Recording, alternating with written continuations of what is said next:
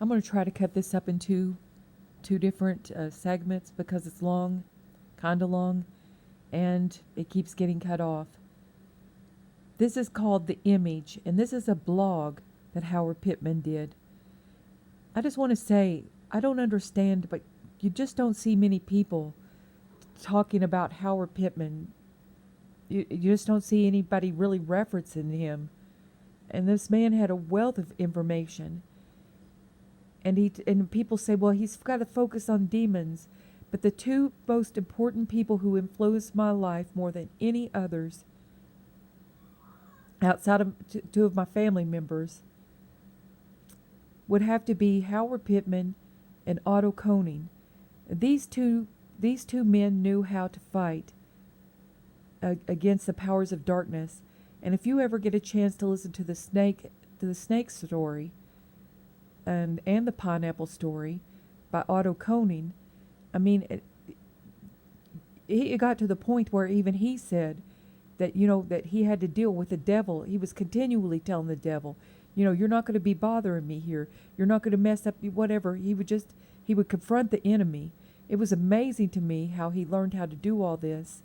And I believe that Howard Pittman and Otto Koning and the way that they handled this spiritual warfare should be studied. We should be studying from these two because they were able to do what a lot of us are not able to do.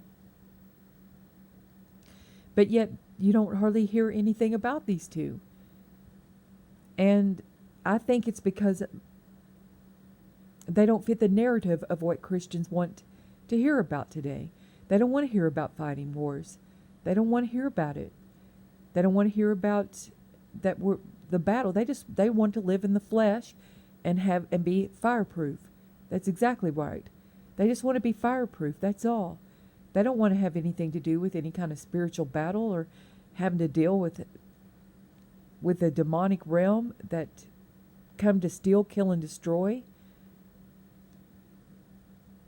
And I said, before I started even the blog, I just said in one that got deleted, when I first got saved, I was reading all kinds of different versions of the Bible. And the Holy Spirit put me in the King James Version, and I knew it was Him. One of the first things that I was taught about as a new baby Christian was about this Laodicean church. I had no idea what Jesus was talking about. But I kept on getting pointed to this Laodicean church, and that was the issue. And I would fill up all kinds of notebooks with all these things that I was gathering as a baby Christian. And I myself, like Otto Koning, was dealing with these satanic attacks. And like Howard Pittman talks about, how he has dealt with these satanic attacks.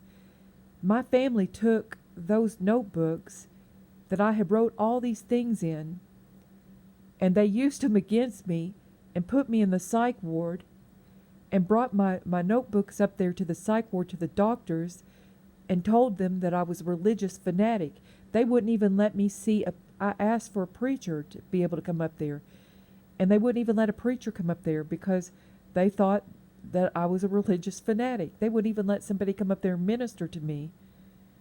That's what happened to me.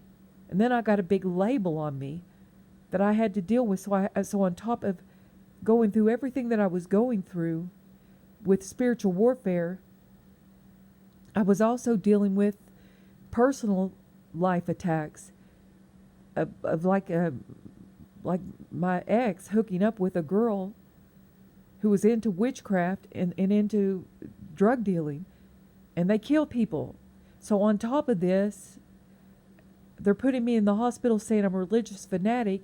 Somebody had crawled under the house and they had put a hit out on my life. Can you imagine being born into that? And that was my born again experience. I haven't known any other thing other than that this is the way that it is. This spiritual warfare. I've been ostracized. Nobody likes me. Nobody wants to be my friend. Nobody will pray with me. People talk about me behind my back. I literally, really don't have anybody.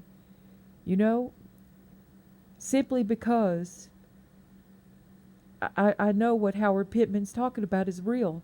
And because I talk about this being real, and because of all the gossip, people just they've destroyed me.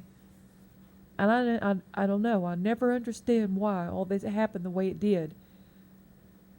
But I know one day my journey will be over, and I'll be with Jesus, and it'll all be explained, and everything will make sense then, you know?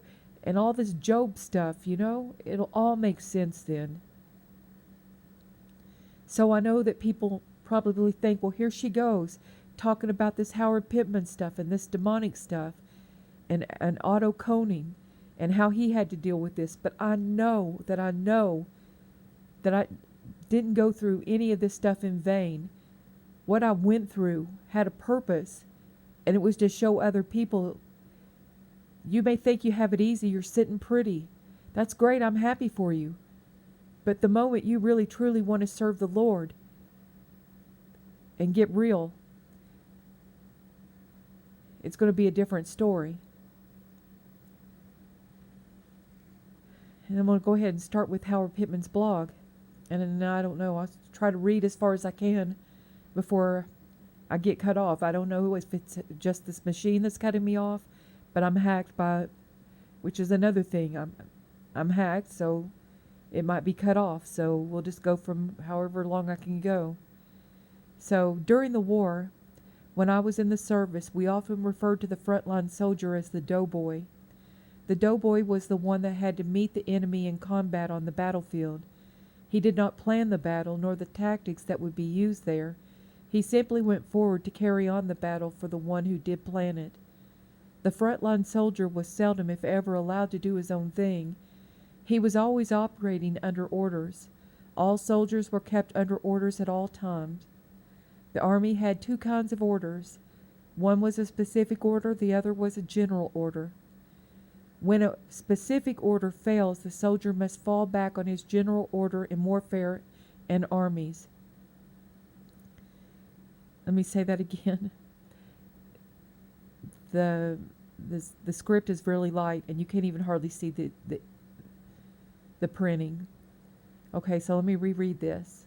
When a specific order fails, the soldier must fall back on his general order. In wartime and armies, there is always a chain of command. Orders originate at the top and are passed down through the chain of command. Spiritual warfare is a lot like physical kind of wars and armies, in that the spiritual doughboys are fighting on the battlefield under orders that originated up high in the chain of command. The spiritual doughboy or frontline soldier, like most soldiers, is never left without orders. The frontline soldier that we meet in combat on the battlefield of our mind is what we call demon spirits. Demons, evil spirits, fallen angels, or whatever you want to call them, are real. When we meet them in combat on the battlefield of our mind, they are under orders to carry out a plan of attack that they did not plan themselves. Like most frontline soldiers, they are not free to do their own thing. They are there by design, by plan, and they are instructed as how to carry out that plan. 2 Corinthians 12:7. Of course, that plan originated at the top. Those who planned the attack upon you did not come and carry out their own plan. They sent the frontline soldier to do it. Now, I just want to add a missy note here. See, this stuff, for the most part, Christians are not talking about. I mean, there's some people out there talking about it. But it's not, and thankfully it's not as bad now as what it was, say, 12 years ago when I first gave my life to the Lord. You know, I was in a bad place because they were able to do to me anything just about what they wanted. I mean, I was having to learn about these kind of attacks under the worst circumstances. But isn't that always how it is? Under the worst circumstances, is that exactly how the devil would have it. And that's exactly how it was. But I just want to talk about all this for myself and for others, anybody who comes across this, because the spiritual warfare is going to get so bad. And I don't want anybody to be in the kind of shape that I was in, because the enemy's going to want to get you isolated. He's going to slander you. He's going to make sure nobody likes you, and it is horrible. And the way you all treated me, believe it or not, you'll reap what you sow for it. And I'm not angry with you, but it's all coming down the line. And hopefully, by that time, people will have learned enough not to treat each other bad like that. But we will be facing these kinds of things. And I just feel like the Lord's pressing upon me that we got to be ready for this.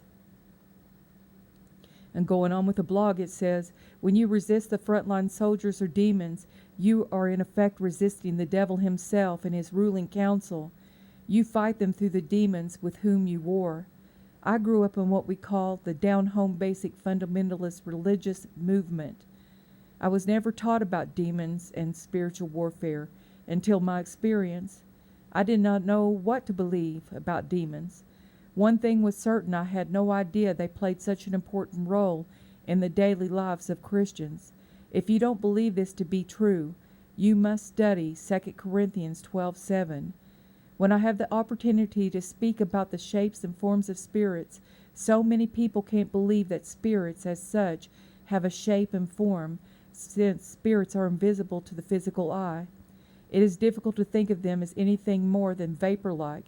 However, the spirits do have a true shape and form. This does not mean that some of them cannot change their shape and form. They can, but at some point they must revert to their true shape and form. From all the evidence we have in the Bible, the one order of spirits that uses his ability to change shape and form more than any other is the familiar spirit. The familiar spirit is most often from the order of necromancy spirits. This relates to calling on the dead.